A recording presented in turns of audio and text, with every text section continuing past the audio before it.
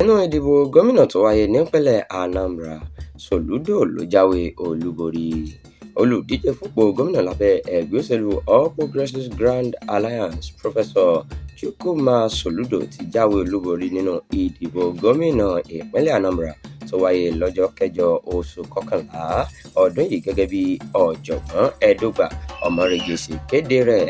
Soludo ní ó gbégbá orókè pẹ̀lú ìbò tó tó 6,684 eléyìí tó fi kan ojúgbà rẹ̀ Nicholas Ukachukwu látinú ẹgbẹ́ òṣèlú APC àti Sir Paul Chukwuma látinú ẹgbẹ́ òṣèlú Young Progressives Party ní Kòmọ́lẹ̀.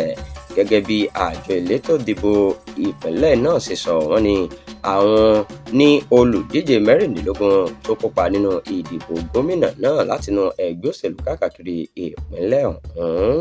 Ó fi kún ọ̀rọ̀ rẹ̀ pé èèyàn tó lé ní mílíọ̀nù 2 àti díẹ̀ ní ó forúkọ sílẹ̀ pẹ̀lú àjọ INEC, àmọ́ tó jẹ́ pé èèyàn 598,229 ni ó pegedé láti dìbò.